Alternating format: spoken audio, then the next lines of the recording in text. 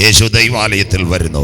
മത്തായി 24:1-2 അവൻ ദൈവാലയത്തിൽ ശിഷ്യന്മാരോട് ഓശാന പെരുന്നാളിൽ അനുഗ്രഹിക്കപ്പെട്ട ഒരു പ്രഭാഷണം നടത്തി. പ്രഭാഷണത്തിൻ്റെ അവസാന ഭാഗമായി അവിടുന്ന് ഇറങ്ങും. ശിഷ്യന്മാർ പച്ചവെള്ളമൊക്കെ കൊടുക്കാൻ നോക്കി കാപ്പി കൊടുത്തു. അപ്പോൾ യേശു പറഞ്ഞത് വേണ്ട. യേശു ഒലിവുമലയിൽ പോയി. മത്തായി 24:3-4-5 കുഞ്ഞു വായിക്കത്തില്ല. ഒലിവുമലയിലെത്തിയപ്പോൾ ശിഷ്യന്മാരോട് കൽപ്പിച്ചു. അപ്പോൾ ശിഷ്യന്മാരോട് ചോദിച്ച്, യേശുവേ, അനവധി പെരുന്നാൾ ഉണ്ടായിരുന്നു നമുക്ക്. പെസഹ പെരുന്നാൾ, ഓശാന പെരുന്നാൾ, ആദിബല കച്ചവട പെരുന്നാൾ, പെന്തിക്കോസ് പെരുന്നാൾ, കൂടാര പെരുന്നാൾ, പാപപരിഹാര പെരുന്നാൾ, കാഹളനാഥ പെരുന്നാൾ, ഇതൊക്കെ ഉണ്ടായിരുന്നു. സ്തോത്രം. ഇന്ന് ഈ ഓശാന പെരുന്നാൾ അങ്ങ് ഒരു നല്ല പ്രഭാഷണം നടത്തി.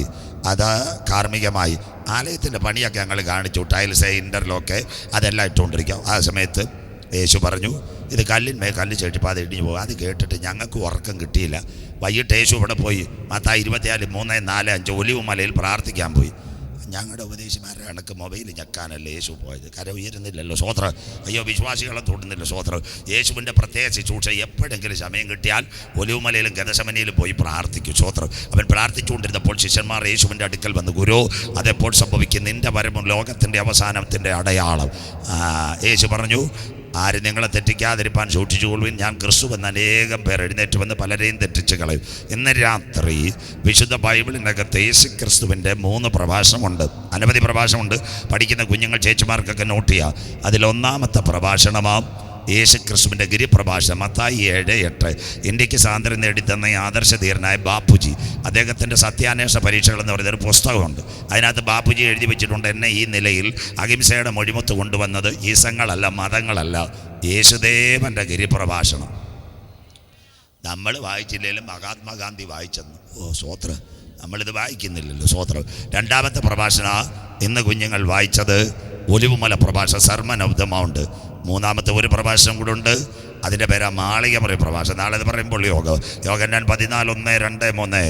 ക്രൂശീകരണത്തിൻ്റെ തലേന്ന് രാത്രി ശിഷ്യന്മാരോട് സംവദിക്കുമ്പോൾ യേശുനാഥൻ പറഞ്ഞു, നിങ്ങളുടെ ഹൃദയം കലങ്ങിപ്പോകരുത്, ദൈവത്തിൽ വിശ്വസിപ്പിൻ, എന്നിലും വിശ്വസിപ്പിൻ. ചേട്ടന്മാരെ, ചേച്ചിമാർ, കാതലായ 3 പ്രഭാഷണങ്ങൾ ക്രിസ്തു യേശുവിൻ്റെ സുവിശേഷത്തിൽ. 1 ഒലിവുമല, 2 മാളികമുറി, 3 ഗിരിപ്രഭാഷണം. ഗുരു, അതെപ്പോൾ സംഭവിക്കും? നിൻ്റെ വരവിന് ലോകത്തിൻ്റെ അവസാനത്തിനും അടയാളം. യേശു പറഞ്ഞ 4 മറുപടികൾ മത്തായി 24:32-31-34. അതൊന്നും വായിക്കുന്നില്ല. ബൈബിൾ കൂടിയിരിക്കണം. അതുകൊണ്ട് അത്തിയെ നോക്കി ഒരു ബമ്പടി പെനിസറായിൽ, അതായിരിക്കും ഇന്ന് രാത്രി നാളെ. അങ്ങനെ നിങ്ങൾ ഇതൊക്കെയും കാണുമ്പോൾ അവനടുക്ക വാതിൽക്കൽ ഒരു വേനൽ, ഒരു യുദ്ധവുമായി എതിർക്കസു. ആകാശവും ഭൂമിയും ഒഴിഞ്ഞു പോകുക, എൻ്റെ വചനങ്ങൾ ഒഴിഞ്ഞു പോകുകയില്ല. ഈ തലമുറയിൽ കർത്താവ് ഒരു നാളും നാഴികയെ സംബന്ധിച്ച് വരുവാനുള്ള പുത്രനോ സ്വർഗത്തിലെ ദൂതന്മാർക്കോ അറിയത്തില്ല.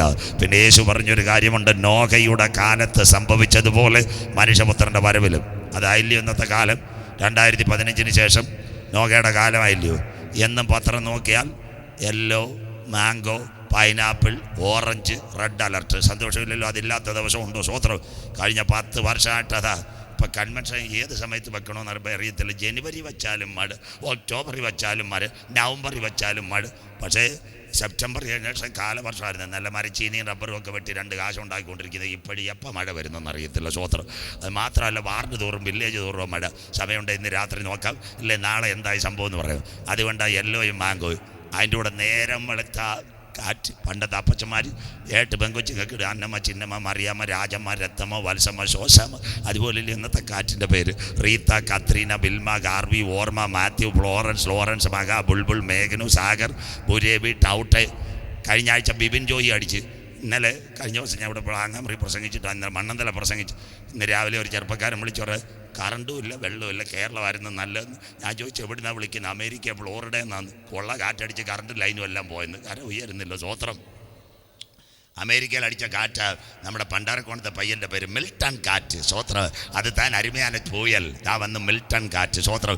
ഇനി ഒരു കാറ്റ് കൂടെ അടിക്കുക. ആ കാറ്റിൻ്റെ പേരാ പെരിഷ്. അന്ന് ഗുണപ്പെട്ടവൻ അക്കരെ നാട്ടിൽ കയറും. സ്വോത്രം. അതിന് വേണ്ടിയ യോഗം വെച്ചേക്കുന്ന. സ്വോത്രം. സമയമുണ്ട്, ഇന്നല്ലേ നാളെ പറയാം. മേഘങ്ങളെ തേരാക്കിയവൻ കാറ്റിൻ ചിറകിന്മേൽ സഞ്ചരിക്കുക. അതാ നോഹയുടെ കാലത്ത് സംഭവിച്ചതുപോലെ മനുഷ്യപുത്രൻ്റെ വരവിൽ. ഇന്ന് രാത്രി മുതൽ നാം ഇസ്രായേലിനെ പറ്റി യേശുക്രിസ്തുവിൻ്റെ അനുഗ്രഹിക്കപ്പെട്ട ഒലിവുമല പ്രഭാഷണത്തിനകത്ത് ഹല്ലേലൂയ 3 മരങ്ങളോട് ഇസ്രായേലിൽ ഉപമിച്ചിട്ടുണ്ട്. അത്തിയാകുന്ന ഇസ്രായേൽ. അത്തിയുടെ പ്രത്യേകത എന്താ? ഹോശയ്യ 9:10. പഠിക്കുന്ന കുഞ്ഞുങ്ങൾക്ക് നോട്ട് ചെയ്യാതെ അവൻ്റെ രാഷ്ട്രീയം. അത്തിവൃക്ഷത്തിന് തലക്കനി പോലെ നിന്റെ പിതാക്കന്മാരെ ഞാൻ മരുഭൂമിയിൽ കണ്ട് ഇസ്രായേൽ. രണ്ടാമത്തത് മുന്തിരി. യോഹന്നാൻ 15:1-2 വിശദമായി രേഖപ്പെടുത്തി, ഞാൻ സാക്ഷാൽ മുന്തിരിവള്ളിയും എൻ്റെ പിതാവ് തോട്ടക്കാരനും, എന്നിൽ കായ്ക്കാത്ത കൊമ്പുകളൊക്കെയും അവൻ വെട്ടിക്കളയുന്നു. അത് അവൻ്റെ ആത്മീയ. 3 സൗന്ദര്യം. നമുക്ക് എല്ലാവർക്കും അറിയുന്ന സങ്കീർത്തനം 128. യഹോവയെ ഭയപ്പെട്ടവൻ്റെ വഴികൾ നടക്കുന്ന ഏവനും ഭാഗ്യവാൻ. നീ ഭാഗ്യവാൻ. നിന്റെ അധ്വാനത്തിൻ്റെ ഫലം നിന്റെ വീട്ടിലെത്തും. നിന്റെ ഭാര്യ വീട്ടിനകത്ത് ഫലപ്രദമായ മുന്തിരിവള്ളി പോലെയും നിന്റെ മക്കൾ മേശയ്ക്ക് ചുറ്റും ഒലിവ് തൈ പോലെയും ഇരിക്കും. അതാ ഇസ്രായേലിനോടുള്ള ബന്ധത്തിൽ സൗന്ദര്യം. ഈ സങ്കീർത്തനം എല്ലായിടത്തും വായിക്കും. എവിടെ വായിക്കും? 128 സങ്കീർത്തന സ്തോത്രം. കല്യാണത്തിന് വായിക്കും. ഞങ്ങളെപ്പോലുള്ള ഉപദേശിമാർ കവർ നോക്കും, നിങ്ങൾ ശീല കല്യാണ മണ്ഡപത്തിൽ ബിരിയാണി നോക്കും. സ്തോത്രം. അന്നേരം വായിക്കുന്ന ഒരു ഭാഗമായി യഹോവയെ ഭയപ്പെട്ടവൻ്റെ വഴികളിൽ നടക്കുന്ന ഏവനും ഭാഗ്യവാൻ. നീ ഭാഗ്യവാൻ. നിനക്ക് നന്മ വരും. നിന്റെ അധ്വാനത്തിൻ്റെ ഫലം വീട്ടിലെത്തും. ഭാര്യ ഫലപ്രദമായ മുന്തിരിവള്ളി പോലെ, മക്കൾ മേശയ്ക്ക് ചുറ്റും ഒലിവുതൈ പോലെ. CSIയിലും വായിക്കും, ബന്ധുക്കോസിലുമല്ല. 128 മംഗള സങ്കീർത്തനം. 3 മരങ്ങളോട് ഇസ്രായേലിന്. 1 അത്തിയാകുന്ന ഇസ്രായേൽ രാഷ്ട്രീയം, 2 മുന്തിരിയാകുന്ന ആത്മീയ, 3 സൗന്ദര്യം ഒലിവിനകത്ത്. ഇന്ന് രാത്രി യേശുക്രിസ്തുവിൻ്റെ ഒലിവുമല പ്രഭാഷണത്തിൻ്റെ ഒരു ഭാഗം കുഞ്ഞ് വായിച്ച് സഹായിച്ചു. യുദ്ധങ്ങളെക്കുറിച്ചും യുദ്ധശ്രുതികളെയും കുറിച്ച് നിങ്ങൾ കേൾക്കും. ചഞ്ചലപ്പെട്ടു പോകരുത്, അത് സംഭവിക്കാനുള്ളത് തന്നെ. ഇന്ന് രാത്രി നാനും ഇവിടെ നിൽക്കുമ്പോൾ 3 വർഷത്തിലേക്ക് കടക്കുന്ന ഒരു യുദ്ധം, റഷ്യ ഉക്രൈൻ, അതിലേക്ക് നാം യാത്ര ചെയ്യും. അപ്പോൾ തന്നെ കഴിഞ്ഞ 1 വർഷമായി ഇസ്രായേൽ 4 രാഷ്ട്രങ്ങൾ കഴിഞ്ഞ് 5ലേക്ക് കടന്നു. 1 ഹമാസ്, 2 സിറിയ, 3 ലെബനോൻ, 4 യമൻ. ഇന്ന് രാത്രി നമ്മുടെ കൺവെൻഷൻ നടക്കുമ്പോൾ ഇറാനെയും അടിക്കുന്നു. എത്ര ക്ലിയർ ബൈബിൾ! യുദ്ധങ്ങളെക്കുറിച്ചും യുദ്ധശ്രുതികളെയും കുറിച്ച് നിങ്ങൾ കേൾക്ക്. ചഞ്ചലപ്പെട്ടു പോകരുത്, ഇതെല്ലാം സംഭവിക്കും. ജാതിയോട്, അതാ ഇന്നത്തെ മണിപ്പൂർ, ചുരാചന്ദ്പൂർ, ബിഷൻപൂർ, ഇംഫാൽ താഴ്വര. പ്രധാനമന്ത്രി മോഡി സാർ വിചാരിച്ചിട്ട് അവിടുത്തെ കുക്കി മെയ്തൈ നാഗയുടെ അടി തീർക്കാൻ പറ്റുന്നില്ല. ജാതിയോട്. പിന്നെ അപ്പുറത്തെ ക്ഷാമവും ഭൂകമ്പവും അവിടെ ഉണ്ടാകും. ഭൂകമ്പം ഏത് ദിവസം അടിച്ചുകൊണ്ടിരിക്കുക. ക്ഷാമത്തിൻ്റെ കാര്യം പിന്നെ അമരവിളയിൽ ഉദയം കുളങ്ങരയിലും പറയേണ്ട. ഒരുവൻ്റെ വില കേട്ട് കഴിഞ്ഞാൽ നിങ്ങൾ കരയും. അരിയുടെ വിലയല്ല, അൽഫഗാമിൻ്റെ അല്ല, കുഴിമന്തിയുടെ അല്ല, വെളുത്തുള്ളിയുടെ വില കേട്ടാൽ കണ്ണ് നീർ എന്നും മാറുമോ? കരമുയർത്തുന്നവർക്കായി സ്തോത്രം. ബാക്കി പുറകെ വരുന്ന അമ്മാമ്മ തുടക്കം വെളുത്തുള്ളിയാണ്. എല്ലാത്തിൻ്റെ വില എല്ലാം തീർക്കാൻ പോയത് അന്ത്യകാലമാണ്. അതൊരിക്കൽ ഇനി ഇവിടെ വരുമ്പോൾ പറയാം. ഇതിപ്പോൾ ഈ യുദ്ധമായതുകൊണ്ടാണ് ഇതെല്ലാം ഞാൻ പ്രസംഗിക്കുന്നത്. അങ്ങനെയെങ്കിൽ ലോക ചരിത്രവും യുദ്ധങ്ങളും എല്ലാവരും കേട്ടോണം. കുഞ്ഞുങ്ങൾ നോട്ട് ചെയ്യണം. പിന്നെ ഈ ചാനലിനകത്ത് നോക്കി നിങ്ങൾക്ക് എഴുതിയെടുക്കാം. 1900 മുതലുള്ള യുദ്ധങ്ങൾ പറയാം. 1905 റൂസോ ജപ്പാൻമാർ റഷ്യ എന്ന് പറയുന്ന രാഷ്ട്രത്തെ ജപ്പാൻ അടിച്ച് ശരിയാക്കി. 2 1914 മുതൽ 19 വരെ 1-ാം ലോക മഹായുദ്ധം. 3 1939 മുതൽ 45 വരെ 2-ാം ലോക മഹായുദ്ധം. 48 ഇസ്രായേലിനെതിരെ ആദ്യത്തെ ആക്രമണം. 57 അറബ് രാജ്യങ്ങൾ ഇസ്രായേലിനെ വളഞ്ഞിട്ട് ആക്രമിച്ചു. 1961 അമേരിക്കയും വിയറ്റ്നാമും യുദ്ധം. 1967 അറബ് ഇസ്രായേൽ വാർ. 71 ഇന്ത്യ പാകിസ്ഥാൻ യുദ്ധം. 1973 യോം കിപ്പർ വാർ. അതിനുശേഷം 1980 മുതൽ ഒരു 10 വർഷം യുദ്ധമുണ്ടായിരുന്നു.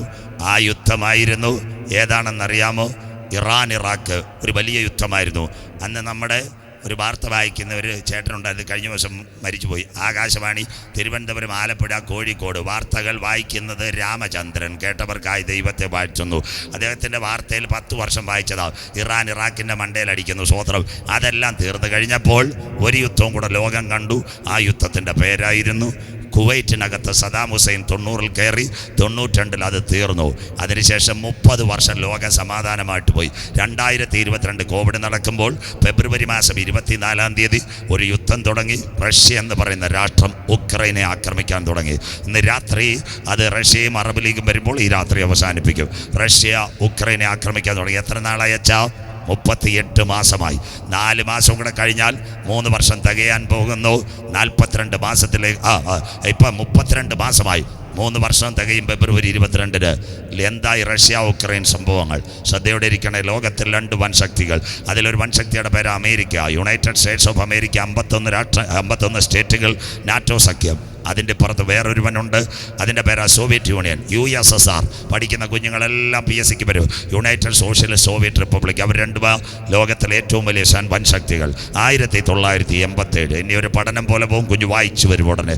1987 റഷ്യയിൽ ഒരു ഭരണാധികാരി വന്നു. അദ്ദേഹത്തിൻ്റെ പേരാ മിഖായിൽ ഗർബച്ചോവ്. ഇവിടുത്തെ രാഷ്ട്രീയക്കാർക്ക് മുഴുവൻ അറിയാം. അദ്ദേഹം വന്നപ്പോൾ അദ്ദേഹത്തിൻ്റെ കൂടെയുള്ളവർ പറഞ്ഞു, സാറേ ഈ റഷ്യ ഭയങ്കരമായിട്ട് പ്രതിസന്ധിയിലാവും, ജനം കൂടി വരുക, അതുകൊണ്ട് വെട്ടിമുറിച്ച് ഓരോ രാജ്യങ്ങൾ കൊടുക്കാം. അതിൻ്റെ പേരായിരുന്നു ഇവിടുത്തെ സഖാക്കൾ CPI CPM സുഹൃത്തുക്കൾ വായിച്ച് പഠിച്ചു 4-ാം ലോക സിദ്ധാന്തം. അതിനോടനുബന്ധിച്ച് ഗ്ലാസ് നെസ്റ്റും പെരിസ്ട്രോയിക്കയും. ഇത് പഠിക്കാത്ത പാർട്ടി ക്ലാസ് ഇവിടുത്തെ സഖാക്കളിലില്ലായിരുന്നു. 91 ആയപ്പോൾ എന്താ ചെയ്തതെന്നറിയാമോ? ആര് വെട്ടി? ഈ മിഖായൽ ഗർബച്ചോ. എന്തോ ഇതെന്നറിയോ? റഷ്യയെ 15 വെട്ടിമുറിച്ചു. Tajikistan, Kyrgyzstan, Kazakhstan, Turkmenistan, Azerbaijan, Ukraine, Latvia, Lithuania, Estonia, Algeria, Belarus, Georgia, Armenia, Chechnya, Crimea, അത് കഴിഞ്ഞ് സൈബീരിയ 15. ഇതെല്ലാം യോഗത്തിൻ്റെ അവസാനം പിന്നെ വീഡിയോയിൽ കിട്ടുക. അങ്ങനെ ഇരുന്നപ്പോൾ ഇദ്ദേഹമായിരുന്നു റഷ്യയിലെ പ്രസിഡന്റ് വ്ളാഡിമിർ നമ്മുടെ മിഖായൽ ഗർബച്ചോ. ഈ ഭാഗത്ത് വരുമ്പോൾ ഒരു കാര്യം എനിക്ക് പറയാതിരിക്കാൻ വയ്യ. എന്താ കാര്യം എന്ന് പറയാം, അദ്ദേഹം ഒരു നിരീശ്വരവാദിയായിരുന്നു. ആരായിരുന്നു? ഈ റഷ്യയുടെ പ്രസിഡൻ്റായിരുന്ന ഈ മിഖായൽ ഗർബച്ചോ. അദ്ദേഹത്തെ കൊണ്ടുപോകാൻ രാവിലെ നമ്മുടെ പാറശാല ഗ്രാമപഞ്ചായത്തിൻ്റെ വണ്ടി പ്രസിഡന്റിനെ എടുക്കാൻ വരുന്നത് പോലെ ക്രെംലിൻ കൊട്ടാരത്തിൽ അദ്ദേഹം എടുക്കാൻ വാഹനം വരുമ്പോൾ അദ്ദേഹത്തിൻ്റെ ഭാര്യ റൈസ, അവരുടെ പേര് നല്ല പേര് റൈസ ഗർബച്ചോ, അവർ ഒരു പായ്ക്കകത്തിരുന്ന് കണ്ണീരോടെ പ്രാർത്ഥിക്കുക. ഈ സഹോദരിയോട് അദ്ദേഹം ചോദിച്ചൊരു കാര്യമുണ്ട് മിഖായൽ ഗർബച്ചോവിനോട്, സഹോദരി ഞാൻ ഈ കൊട്ടാരത്തിൽ പോകുന്ന നീ എന്തിനായി കണ്ണീരോടെ പ്രാർത്ഥിക്കുന്നത്? അവർ ബൈബിൾ എടുത്ത് കാണിച്ചിട്ട് പറഞ്ഞു, താങ്കളെ റഷ്യയുടെ പ്രസിഡന്റ് ആക്കിയത് സ്വർഗത്തിലെ ദൈവമാ, അതുകൊണ്ടാണ് ഞാൻ പ്രാർത്ഥിക്കുന്ന. സ്വത്രം കണ്ടോ ആ ശൗര്യയുടെ കണ്ണീരോടെ പ്രാർത്ഥന. അവർ നിരന്തരമായി പ്രാർത്ഥിച്ചു. ഇദ്ദേഹം ഒരു നിരീശ്വരവാദിയായിരുന്നു. പക്ഷേ പ്രാർത്ഥനയ്ക്ക് അവസാനം ഒരു മറുപടി ലഭിച്ചു. എന്താ മറുപടി? അദ്ദേഹം റഷ്യയുടെ പ്രസിഡന്റ് സ്ഥാനം ഒഴിഞ്ഞപ്പോൾ അദ്ദേഹം എന്തോ ചെയ്തു? കർത്താവായ യേശു ക്രിസ്തുവിനെ രക്ഷിതാവായി സ്വീകരിച്ചു. ഇന്ന് രാത്രി സഹോദരിമാരെ, സഹോദരന്മാരെ, പോസ്റ്റ് അല്ല വലുത്, പരാതിയല്ല വലുത്, ഭാര്യ ഭർത്താവിനെ പറ്റി കുറ്റം പറയുന്നതല്ല വലുത്. നീ മുറിയിൽ കയറി, അറയ്ക്കകത്ത് കയറി ദൈവത്തോട് നിലവിളിച്ചാൽ, നിന്റെ ഭാര്യയ്ക്ക് വേണ്ടി പ്രാർത്ഥിച്ചാൽ, നിന്റെ ഭർത്താവിന് വേണ്ടി പ്രാർത്ഥിച്ചാൽ, മടുത്തു പോകാതെ പ്രാർത്ഥിച്ചാൽ, നിന്റെ കണ്ണുകൾ അടയുന്നതിന് മുമ്പ് ഇന്ന് രാത്രി പറയാം, അവർ കർത്താവായ യേശു ക്രിസ്തുവിനെ രക്ഷിതാവായി സ്വീകരിക്കുക. മടുത്തു പോകാതെ പ്രാർത്ഥിക്കുന്ന വീരന്മാർ എഴുന്നേൽക്കട്ടെ. കുടുംബത്തിന് വേണ്ടി, കുഞ്ഞുങ്ങൾക്ക് വേണ്ടി, ദൈവമക്കൾക്ക് വേണ്ടി ഇടിവിൽ നിന്ന് പ്രാർത്ഥിക്കുന്ന ദൈവ കുഞ്ഞുങ്ങൾ എഴുന്നേൽക്കട്ടെ. സ്തോത്രം. അവരെ പ്രത്യാശ തൻ്റെ ഭർത്താവ് കർത്താവായ യേശുവിനെ കാണണം. മടുത്തു പോകാതെ പ്രാർത്ഥിച്ചു. ദൈവം മറുപടി കൊടുത്തു. ആ കാലഘട്ടം മുൻപോട്ട് പോയി. ഇവരൊക്കെ ഭരണത്തിൽ നിന്ന് മാറി. Russia, Ukraine. 2010 ഉക്രൈൻ ഒരു ഭരണാധികാരി വന്നു. എല്ലാവരും കേട്ടാട്ടെ. ആ ഭരണാധികാരിയുടെ പ്രത്യേകത, വ്ളാഡിമിർ സെലൻസ്കി ഒരു യഹൂദ സ്ത്രീയുടെ മകനായിരുന്നു. അവൻ ഈ റഷ്യയോട് വലിയ പദ്ധതിയൊന്നുമില്ല. നമ്മുടെ ഈ ജില്ലാ പഞ്ചായത്തിൽ നിന്ന് ബ്ലോക്ക് പഞ്ചായത്ത് മാറിയോലെ അവരെല്ലാം മാറിയത്. അപ്പോൾ 2013 അവനൊരു കത്ത് കൊടുത്തു. അമേരിക്കയുടെ പ്രസിഡൻ്റായിരുന്നു ബരാക് ഒബാമ. സാറേ, ഞങ്ങളെ കൂടെ നാറ്റോ സഖ്യത്തിലോട്ട് ചേർക്കണം നിങ്ങളുടെ കൂടെ. ഒബാമ പറഞ്ഞു നടക്കത്തില്ല. എല്ലാവരും കേൾക്കണം. 2016 അമേരിക്കയിലെ വായാടി ട്രംപ് വന്നു പ്രസിഡൻ്റായി. അപ്പോഴും ഇദ്ദേഹം ചെന്ന് പറഞ്ഞു, സാറേ ഞങ്ങളെ കൂടെ നാറ്റോ സഖ്യത്തെ അമേരിക്ക കൂടെ ചേർക്കണം, അതുണ്ടെങ്കിലേ ഞങ്ങൾക്ക് പിടിച്ചിരിക്കാൻ പറ്റൂ. 2020 ബൈഡൻ വന്നപ്പോൾ വീണ്ടും ചെന്ന് ഈ വ്ളാഡിമിർ സെലൻസ്കി കത്ത് കൊടുത്തിട്ട് പറഞ്ഞു, സാറേ ഞങ്ങളെ നിങ്ങളുടെ കൂടെ കയറ്റണം. അപ്പോൾ അദ്ദേഹം പറഞ്ഞ് നടക്കത്തില്ല. എന്നിട്ട് പിന്നെ വേറൊരു കത്തുകൂടെ കൊടുത്തു. യൂറോപ്യൻ യൂണിയന് കത്ത് കൊടുത്തിട്ട് ഈ സെലൻസ്കി പറഞ്ഞു, ഞങ്ങൾ റഷ്യയുടെ കൂടെ അല്ല നിങ്ങളുടെ കൂടെ. അതിൻ്റെ അർത്ഥം ഈ അമേരിക്കയുടെ കൂടെ ഉക്രൈനെ കയറ്റാത്ത കാര്യം എന്താ കാര്യം എന്നറിയാമോ? സ്തോത്രം. പറഞ്ഞു തരാം. ഈ 1971 യുണൈറ്റഡ് നേഷൻസിൽ ഒരു കരാറുണ്ട്. രാഷ്ട്രീയക്കാർക്കും അറിയത്തില്ല, ഏഷ്യാനെറ്റിനും അറിയത്തില്ല, മനോരമയ്ക്കും അറിയത്തില്ല. അതിൻ്റെ പേരാ ജോൺ ഓഫ് കെന്നഡി കരാർ. റഷ്യയും അമേരിക്കയും UN ഒരു കരാർ ഒപ്പിട്ടിരിക്കുക. അമേരിക്കയുടെ മേഖലകളിൽ ഒരു രാജ്യങ്ങളിൽ റഷ്യ കൈകടത്തത്തില്ല.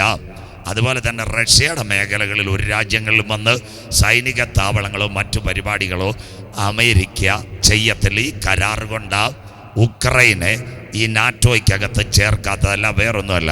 ഇന്ന് രാത്രി ഉക്രൈനെ നാറ്റോ സഖ്യത്ത് ചേർത്താൽ ഒരു കാര്യം സംഭവിക്കും. അവിടെ ഈ അമേരിക്കൻ ഒരു റഡാർ ശംഖുമുഖത്തെ കൊണ്ടുവച്ചാൽ റഷ്യയുടെ സകല സംവിധാനവും ഈ റഡാർ ഊറ്റിയെടുക്കും.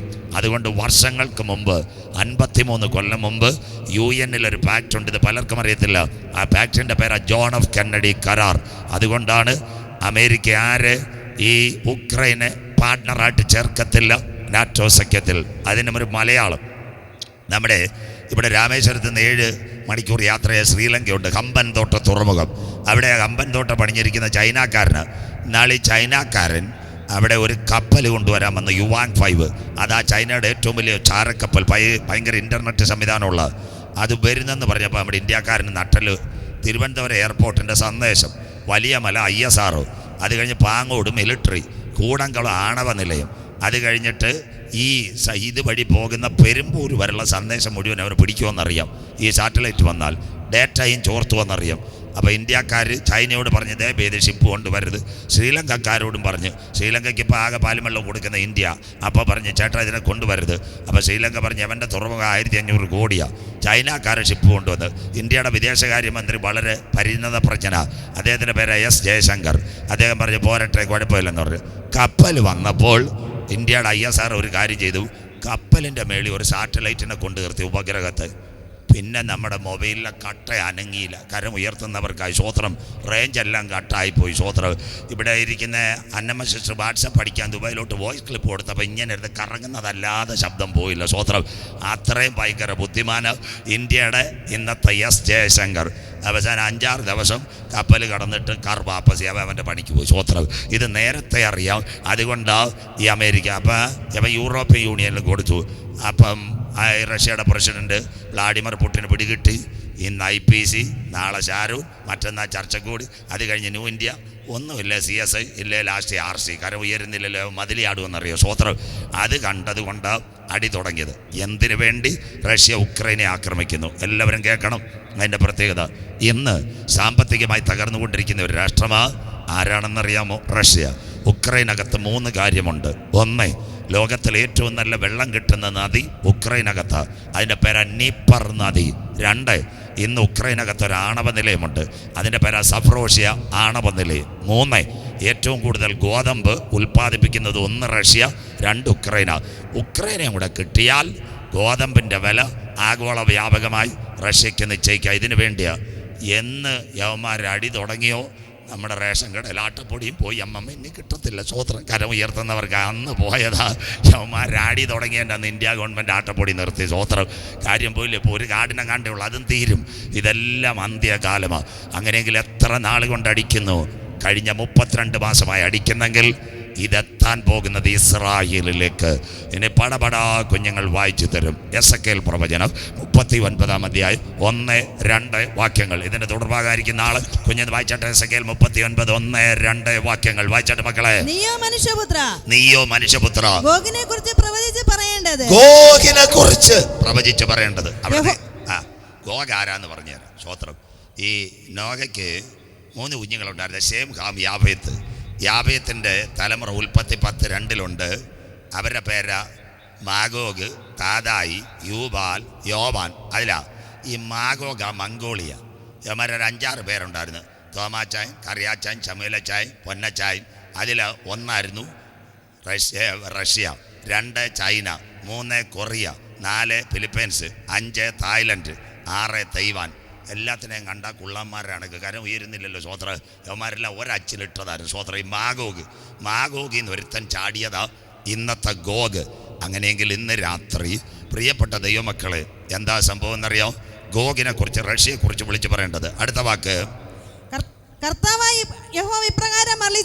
യഹോവയായ കർത്താവ് ഇപ്രകാരം അരുളി ചെയ്യുന്നു. രോഷ് റഷ്യ, മേശക് മോസ്കോ, ടുബാസ്കോ എന്നിവയുടെ പ്രഭുവായ റഷ്യ. വായിച്ചാട്ട് മോളെ. ഞാൻ നിനക്ക് വിരോധമായിരിക്കുന്നു. കഴിഞ്ഞ 32 മാസമായിട്ട് ലോക രാജ്യങ്ങൾ അവന് വിരോധമായിരിക്കുന്നു. അടുത്തത്, ഞാൻ നിന്നെ വഴി തെറ്റിച്ച്. ഈ റൂട്ട്, ഈ അടി, ഉക്രൈനുമായിട്ടുള്ള അടി എവിടെത്തും? ഞാൻ നിന്നെ വഴി തെറ്റിച്ച് നിന്നിൽ 6-1 ശേഷിപ്പിച്ച്. അവിടെ ഒരു ഫുൾ സ്റ്റോപ്പ് ഇട്ടാട്ടെ. റഷ്യയെ 15 വെട്ടിമുറിക്കും. 6-1 കൂടെ ഞാൻ ഇസ്രായേലിലേക്ക് കൊണ്ടുപോകും. 6 ഏതാ? Tajikistan, Kyrgyzstan, Kazakhstan, Turkmenistan, Azerbaijan. 6ാമത്തെ രാഷ്ട്രം ഉക്രൈൻ. അപ്പൊ റഷ്യ വെട്ടിമുറിക്കപ്പെടുമെന്ന് ഇവിടുത്തെ EMSനോ AKGക്കോ പ്രകാശ് കാരാട്ടിനോ സീതാറാം യെച്ചൂരിക്കോ അറിയത്തില്ല. പക്ഷെ ഞങ്ങളുടെ ബൈബിളിനകത്ത് 2600 കൊല്ലം മുമ്പ് എഴുതി വെച്ചു, റഷ്യ വെട്ടിമുറിക്കപ്പെടും. ഇതാ ഞങ്ങളുടെ ബൈബിളിന്റെ തനിമ. ഇന്ന് രാത്രി ഇത് ഉയർത്തുന്നവൻ ഭാഗ്യവാ, ഇത് പ്രസംഗിക്കുന്നവൻ ഭാഗ്യവാ.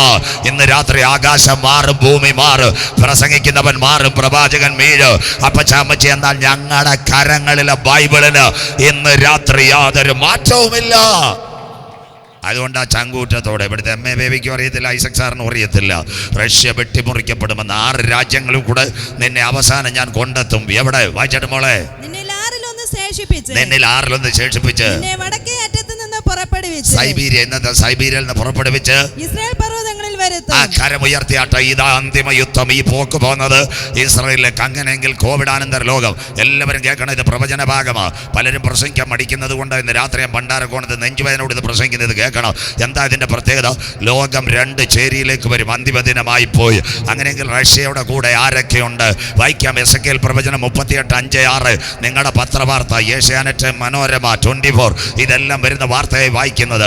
വായിക്കാം. റഷ്യയുടെ കൂടെ ആരൊക്കെ? നിന്നോട് കൂടെ. വായിച്ചട്ടെ. അവരോട് കൂടെ ഒട്ടൊഴിയാതെ പരിചയം തലക്കോരികയും ധരിച്ച പാർസികൾ. അതാ ഇറാൻ. അത് കഴിഞ്ഞ് അഫ്ഗാനിസ്ഥാൻ. ഇവർ രണ്ടും ഇന്ന് റഷ്യയുടെ കൂടെ.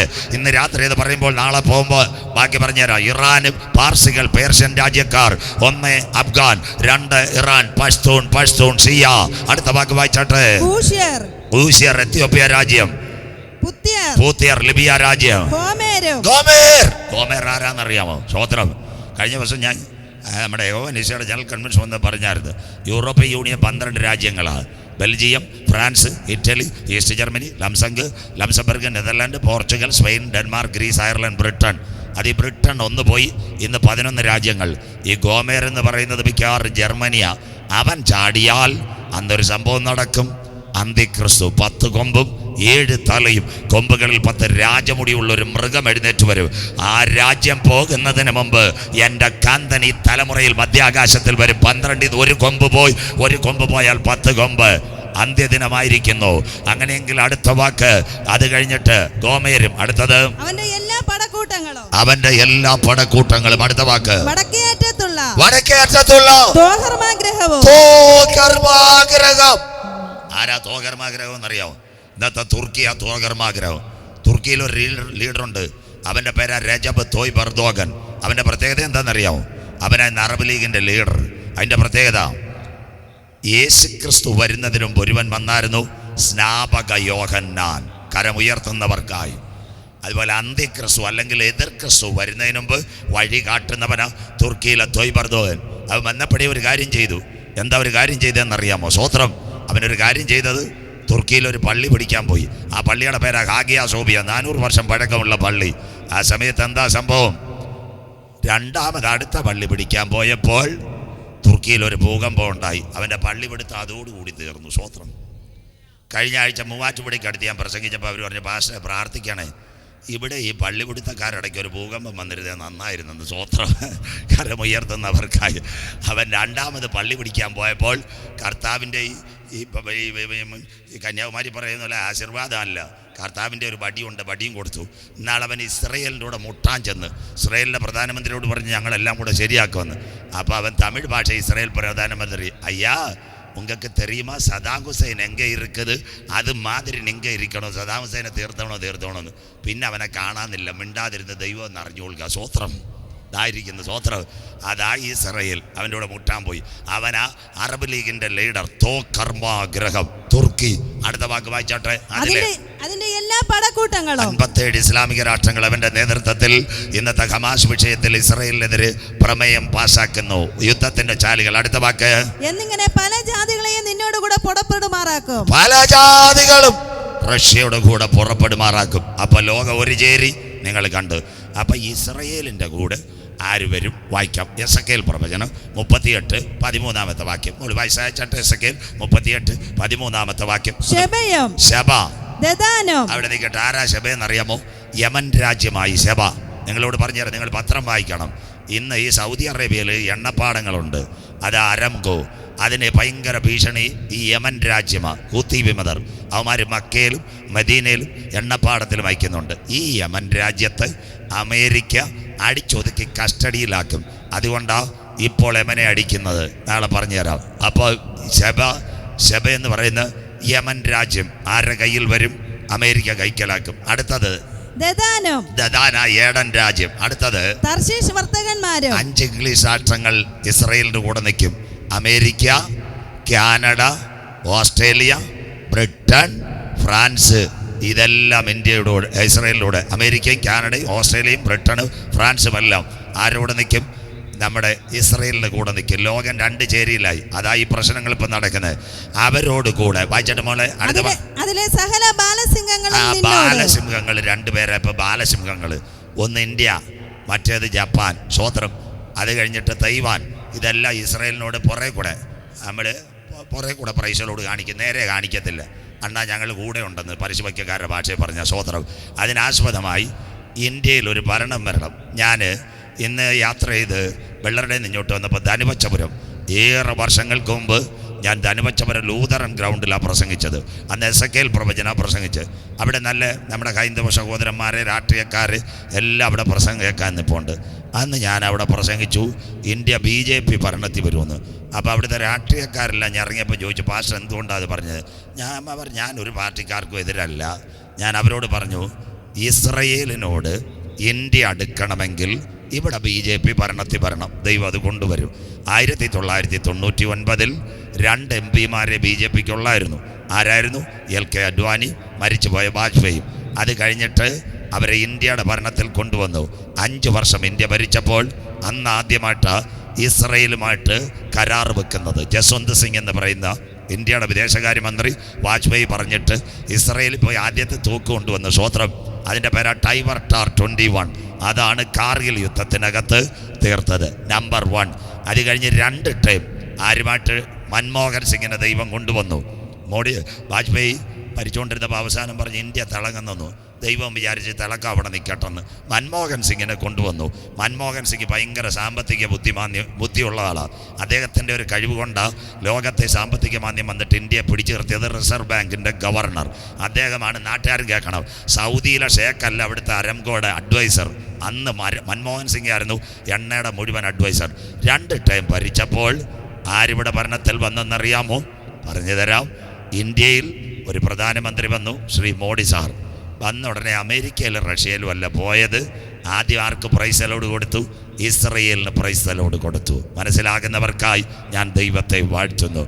ഇന്ന് ഇസ്രയേലുമായിട്ട് കട്ടയ്ക്ക് നിൽക്കുന്നത് ആരാന്നറിയാമോ? ഇന്ത്യൻ പ്രധാനമന്ത്രി. അതിനോടനുബന്ധിച്ച് ഒരു കാര്യം കൂടെ പറഞ്ഞു തരാം. സ്വോത്രം. ഇപ്പോൾ ഹമാസിൻ്റെ പ്രശ്നം വന്നു, പല പ്രശ്നം വന്നു. UN-നകത്ത് പലപ്പോഴും ഇസ്രയേലിനെതിരെ പ്രമേയം വന്നപ്പോൾ നമ്മുടെ പ്രധാനമന്ത്രി എല്ലാവരോടും പറഞ്ഞു, അരാം കരോബായി ശാന്തി ഹോ ജാവോ. സ്വോത്രം. അടുത്തത് ഇവിടുത്തെ രാഷ്ട്രീയക്കാരുടെ യാത്ര കഴിഞ്ഞ 1 വർഷമായിട്ട് അവരെ കുറ്റം പറയല്ല, അവർ രാഷ്ട്രീയക്കാരെ ചെയ്യണം. നമ്മുടെ BD സതീശൻ സാറെല്ലാം കൂടെ പലസ്തീനിൽ അടിയിപ്പ് അവസാനിപ്പിക്കണം, ഹമാസിൻ്റെ സംഘർഷം അവസാനിപ്പിക്കണം, CPM-ൻ്റെ പോരാളികളും വേറെ കോഴിക്കോട് സമരം. എന്നിട്ട് എല്ലാവരും കൂടെ പറഞ്ഞ് മോഡി സാറ് പറഞ്ഞ ഇപ്പം യുദ്ധം തീരുമെന്ന്. സ്വോത്രം. പലരും എന്നോട് വിളിച്ചു ചോദിച്ചു, പാസ്റ്റർ മോഡി സാറ് പറഞ്ഞാൽ വല്ലതും നടക്കൂ? ഞാൻ പറഞ്ഞു, യേശു ക്രിസ്തു പറഞ്ഞിട്ടവൻ കേട്ടില്ല, പിന്നെ അതിന് മോഡി സാറ് പറഞ്ഞാൽ കേൾക്കുന്നു. സ്വോത്രം. അവ ഒരു കുഞ്ഞിനെ യഹൂദ അനുസരിക്കത്തില്ല. അപ്പം ഇന്നാരാ? ഇന്ത്യ ഇസ്രയേലിൻ്റെ കൂടെ ഇതാ കിടക്കുന്ന സകല ബാലസിംഹങ്ങൾ. വായിച്ചിട്ട് മോളെ കവർച്ച. നീ കൊള്ളയിടുവാനോ അടുത്തത് കവർച്ച ചെയ്യുവാനോ വെള്ളിയും പൊന്നും എടുത്തുകൊണ്ട് പോകാനോ കന്നുകാലികളെയും ധനത്തെയും അപകരിപ്പാനോ ഏറ്റവും വലിയ കൊള്ള നടത്തുവാനും ആകുന്നുവോ? ഉലകം കണ്ട ഏറ്റവും വലിയ കൊള്ള. ഇന്ന് നിങ്ങൾ കേൾക്കണം. ഇതാ കേൾക്കേണ്ടിയത്. 32 മാസമായി റഷ്യയുടെ പ്രസിഡന്റ് ഇപ്പോൾ വിമാനത്തിൽ കയറത്തില്ല. പേടി. യവനൊരു യഹൂദനായി സെലൻസ്കി, അവൻ്റെ കൂട്ടുകാരനായി എലോൺ മസ്ക് മൈക്രോചിപ്പുകാരൻ.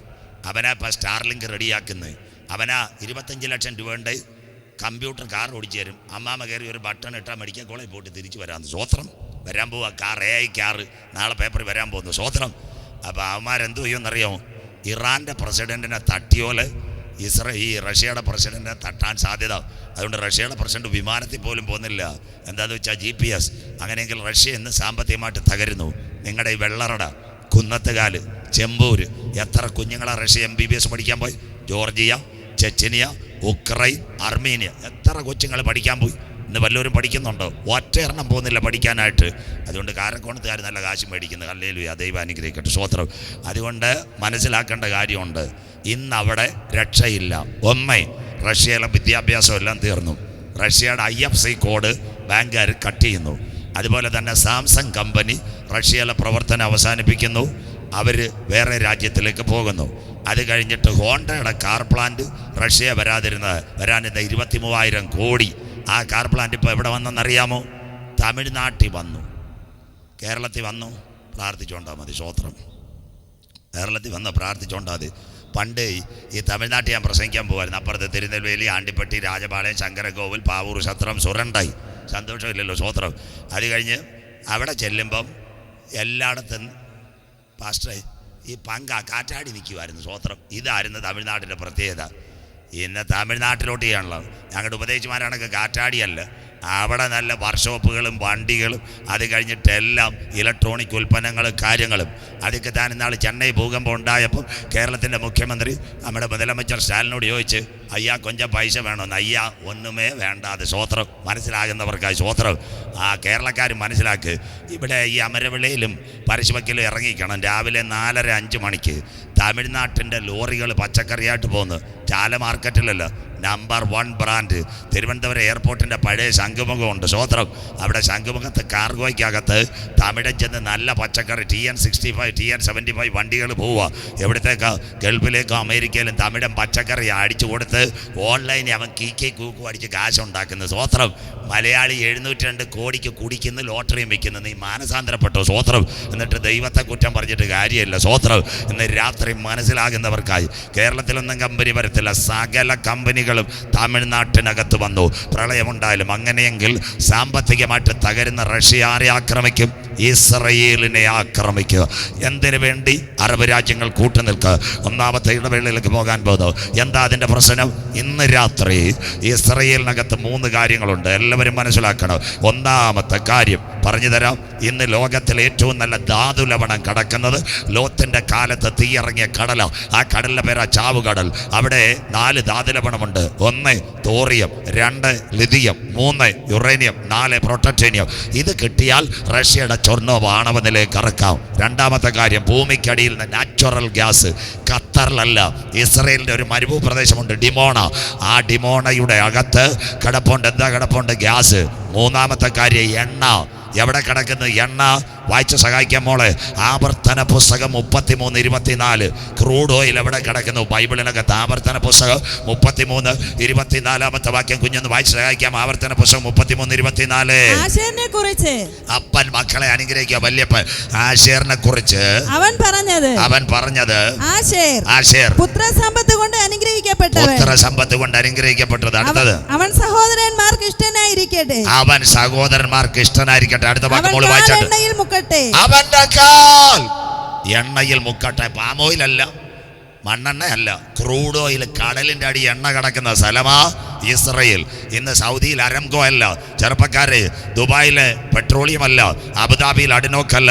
റഷ്യക്കറിയാം ഇസ്രയേലിനോടുള്ള ബന്ധത്തിൽ കടൽ യാഫ ഹൈഫ നല്ല കടല. അതിനകത്ത് 2 എണ്ണക്കിണറെ ഇസ്രയേൽ തുറന്നിട്ടുള്ളു. Leviathan, Tamar. 2 എണ്ണക്കിണർ. Only open 2 crude well at Israel. Number 1 ലവ്യാദാൻ, ദ സെക്കൻഡ് 1 താമാർ. ഇനി അനേക എണ്ണക്കിണറുണ്ട്. അപ്പം റഷ്യക്കറിയാം ഇത് കിട്ടിയാൽ രക്ഷ. 3 കാര്യം കിട്ടിയാൽ രക്ഷയായില്ലയോ? 1 എണ്ണ, 2 ധാതുലവണം, 3ാമത്തെ കാര്യം ഗ്യാസ്. ഇതുകൂടെ കിട്ടിയാൽ പിന്നെ രക്ഷപ്പെടാൻ എന്തോ വേണം? സ്വോത്രം. അതാ 3 കാര്യം. അമ്പൂരി ഞങ്ങളുടെ തോമാച്ചായൻ. 3 കൃഷി. 1 ഇഞ്ചി, വില കുറയുമ്പോൾ 2ാമത്തത് പിടിക്കും. കുരുമുളക് മിണ്ടുന്നില്ല. അത് കഴിയുമ്പോൾ 3ാമത്തത് റബ്ബറിൻ്റെ ഒട്ടുപാല്. സ്വോത്രം. മനസ്സിലാകുന്നവർക്കായി നാടൻ ഭാഷ. സ്വോത്രം. അങ്ങനെയെങ്കിൽ 3 കൃഷി പോലെ റഷ്യക്ക് ഇന്ന് ഇസ്രയേലിനകത്ത് 3 ലവണമുണ്ട്. 1 ധാതുലവണം, 2 ഗ്യാസ്, 3 ക്രൂഡ് ഓയിൽ. ഇത് കിട്ടിയാൽ ഇന്നത്തെ സാമ്പത്തിക നഷ്ടത്തിൽ നിന്ന് അവൻ കരകയറും. 57 ഇസ്ലാമിക രാഷ്ട്രങ്ങളെ കൂട്ടിക്കൊണ്ട് ആര് വരും? റഷ്യ ഇസ്രയേലിന് നേരെ വരും. ആ യുദ്ധത്തിൻ്റെ പേരാ 3ാം ലോക മഹായുദ്ധം. അങ്ങനെയെങ്കിൽ ഇന്ന് രാത്രി എന്താ ഇസ്രയേൽ? കേരളത്തിൻ്റെ ഹല്ലേലൂയ 3ൽ 1 വലിപ്പ് 22,160 കിലോമീറ്റർ. 6 ഡിസ്ട്രിക്റ്റുകൾ മാത്രം. 1 Tel Aviv, 2 Jerusalem, 3 Ashkelon, 4 Jaffa, 5 Haifa, 6 ഡിമോണ. 1 കോടി പേരുള്ള ഒരു രാജ്യത്തിലേക്ക് 57 ഇസ്ലാമിക രാഷ്ട്രങ്ങളും റഷ്യയും ചൈനയും കൊറിയയും വന്നാൽ എന്ത് സംഭവിക്കും? അങ്ങനെ ഒരു യുദ്ധം ഇവിടെ വരാൻ പോകുന്നു. എന്നാൽ ആ യുദ്ധം ഇവിടെ ആരംഭിക്കുന്നതിന് മുമ്പ് ഇവിടെ ഒരു ഒഴിച്ചുമാറ്റൽ നടക്കും.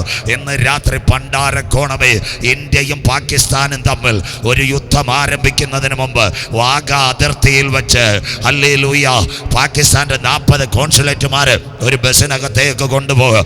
അവിടെ കൊണ്ടു നിർത്തും. അപ്പോൾ ഇസ്ലാമാബാദിൽ നിന്ന് മറ്റൊരു ബസ് വരും. 40 പേര് നമ്മുടെ കോൺസുലേറ്റുമാരെ തരും. അങ്ങോട്ടും ഇങ്ങോട്ടും പാസ്പോർട്ട് വെച്ച് കൈമാറും. ഡോറ് ക്ലോസ് ചെയ്യും. കുറ്റിയിടും. പതാക താഴ്ത്തിക്കെട്ടു. 8 മണിക്കൂർ കഴിഞ്ഞ വെടിവെപ്പ് തുടങ്ങുന്നതെങ്കിൽ അന്തിമ ദിനത്തിൽ റഷ്യ ഇസ്രയേലിനെ ആക്രമിക്കുന്നതിന് മുമ്പ് ഇവിടെ ഒരു ഒഴിച്ചുമാറ്റം നടക്കും. അതിൻ്റെ പേരാ യാഗം കഴിച്ച് എന്നോട് നിയമം ചെയ്ത എൻ്റെ വിശുദ്ധന്മാരെ ചേർക്കുക. കാന്തൽ മധ്യാകാശത്തിൽ വരും. ഇന്ന് രാത്രി പണ്ടാരക്കോണമേ വാതിലുകളെ നിങ്ങളുടെ തലകളെ ഉയർത്തുവേ. പണ്ടേയുള്ള കതകുകളെ ഉയർന്നിരിപ്പേ. മഹത്വത്തിന്റെ രാജാവ് പ്രവേശിക്കട്ടെ. നമ്മുടെ നാഥൻ വരാറാ. ഇന്ന് രാത്രി പണ്ടാരക്കോണത്തിനോട് ദൈവദാസനാകുന്ന ഞാൻ 2024 പറയുന്നു, മറ്റൊരുത്തനിലും ഇനി രക്ഷയില്ല. നാം രക്ഷിക്കപ്പെടുവാൻ ആകാശത്തിന് കീഴ ഭൂമിക്ക് മുകളിൽ മനുഷ്യരുടെ ഇടയിൽ നൽകപ്പെട്ട 1.25 ഇല്ല, 1.5 ഇല്ല, 2 ഇല്ല, ഏക നാമ യേശുവിന്റെ നാമ. അപ്പച്ച, അമ്മച്ചി, സഹോദര, സഹോദരി, വീട്ടിനകത്തോ റോഡിനകത്തോ ഇരിക്കുന്നെങ്കിൽ ഇന്ന് രാത്രി പുണ്യ സ്ഥലങ്ങൾ തേടണ്ട, സ്വോത്ര കാഴ്ചകൾ കൊടുക്കണ്ട, ഉരുളലുകൾ നടത്തണ്ട. ഇന്ന് രാത്രി നെഞ്ചത്ത് കൈവച്ച് 2000 കൊല്ലങ്ങൾക്ക് മുമ്പ് കാൽവറിയുടെ കൊലക്കളത്ത് എൻ്റെ പാപത്തിന്റെ പരിഹാരത്തിന് വേണ്ടി ഒരു കുഞ്ഞാട് അറുക്കപ്പെട്ടെങ്കിൽ അവന്റെ ചങ്കില ചോരയാൽ ഇന്ന് രാത്രി എന്നെ ഒന്ന് കഴുകണമെന്ന് ആര് കരമുയർത്ത് നിന്റെ പേര് ജീവന്റെ പുസ്തകത്തിൽ ചേർക്ക്. ജീവ പുസ്തകത്തിൽ പേരുള്ളവനെ ചേർക്ക. എൻ്റെ യേശു മടങ്ങി വരാറാ. ഇന്ന് രാത്രി 2024 പണ്ടാരക്കോണമേ കാലം സമീപമായി. ദൈവരാജ്യം സമീപിച്ചു. മാനസാന്തരപ്പെട്ട് സുവിശേഷത്തിലേക്ക് മടങ്ങി വാ. ഇനി താമസമിന, വരുവാനുള്ളവൻ മടങ്ങി വരും. ഈ രാത്രി നിന്റെ ദൈവത്തെ എതിരേൽപ്പാൻ ഒരുങ്ങിക്കൊള്ളുക. ഇന്ന് രാത്രി യുദ്ധങ്ങളെക്കുറിച്ചും യുദ്ധശ്രുതികളെയും കുറിച്ച് നിങ്ങൾ കേൾക്ക്. ചഞ്ചലപ്പെട്ടു പോകരുത്. അത് സംഭവിക്കാനുള്ളത് തന്നെ. ജാതി ജാതിയോടും രാജ്യം രാജ്യത്തോടും എതിർക്കും. ക്ഷാമവും ഭൂകമ്പവും അവിടെ ഉണ്ടാകും. ഇതൊക്കെയും ഈറ്റുനോവിൻ്റെ ആരംഭം. 1ാമത്തെ ഭാഗം ഇവിടെ അവസാനിക്കുന്നു. 4 ഭാഗങ്ങൾ ഇസ്രായേലിനെ പറ്റി പറയുമ്പോൾ ഈ രാത്രി അവസാനിക്കും.